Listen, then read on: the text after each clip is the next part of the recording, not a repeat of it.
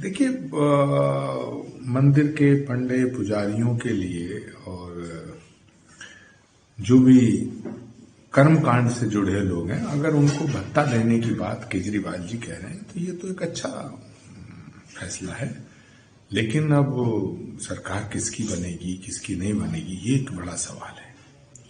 सरकार बनने के बाद अगर पुजारियों को भत्ता मिलता है, उनके जीवन यापन करने के लिए कुछ धन की व्यवस्था होती है, तो बिल्कुल ये तो सराहनीय कदम है, मैं तो इसका स्वागत करूंगा। अच्छा, संबल श्री कल्की धाम में कल संतों का एक चिंतन मनन और मंथन का कार्यक्रम है। चिंतन मनन और मंथन, और उसका विषय है संभल और सनातन। संभल और सनातन का रिश्ता क्या है, संभल और सनातन में संबंध क्या है, सनातन से संभल का क्या संबंध है। संभल एक पौराणिक भूमि है, संभल एक ऐतिहासिक भूमि है, संभल वो भूमि है जहां भगवान का अवतार होना है, और अवतार से पहले के चमत्कार साफ दिखाई दे रहे हैं। नरेंद्र मोदी जी का जब से संभल की धरती पर कदम पड़ा है, नरेंद्र मोदी जी के कदम जब से संभल की धरती पर पड़े हैं, संभल में नए नए चमत्कार हो रहे हैं। तो मुझे लगता है कि भगवान का जो अवतार है वो अब जल्दी होगा। अच्छा, असुद्दीन ओवैसी ने जो पुलिस चौकी संभल में बन रही है, उसके लिए कहा कि वो वक्फ बोर्ड की जमीन है। देखिए,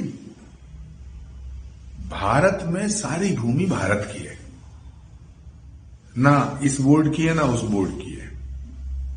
ओवैसी साहब को, असदुद्दीन ओवैसी साहब को ये फैसला करना है कि वो हिंदुस्तान में सियासत करना चाहते हैं या अफगानिस्तान में।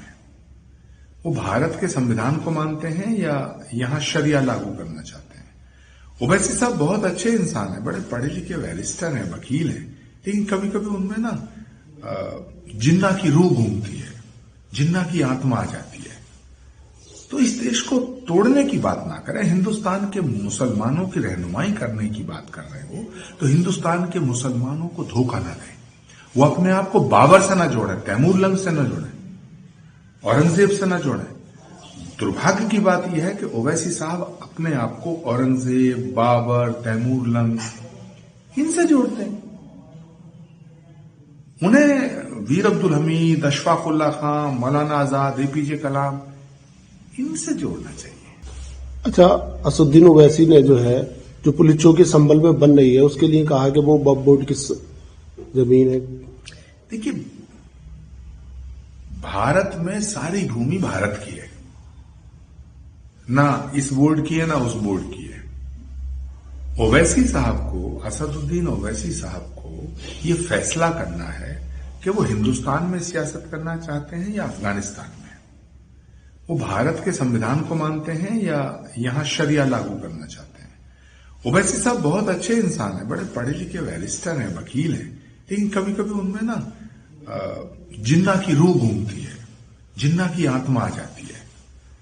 तो इस देश को तोड़ने की बात ना करें, हिंदुस्तान के मुसलमानों की रहनुमाई करने की बात कर रहे हो तो हिंदुस्तान के मुसलमानों को धोखा ना दें। वो अपने आप को बाबर से ना जोड़े, तैमूर लंग से ना जोड़े, औरंगजेब से ना जोड़े।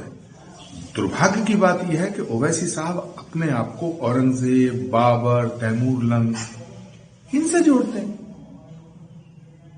उन्हें वीर अब्दुल हमीद, अशफाक उल्लाह खां, मौलाना आजाद, एपीजे कलाम इनसे जोड़ना चाहिए।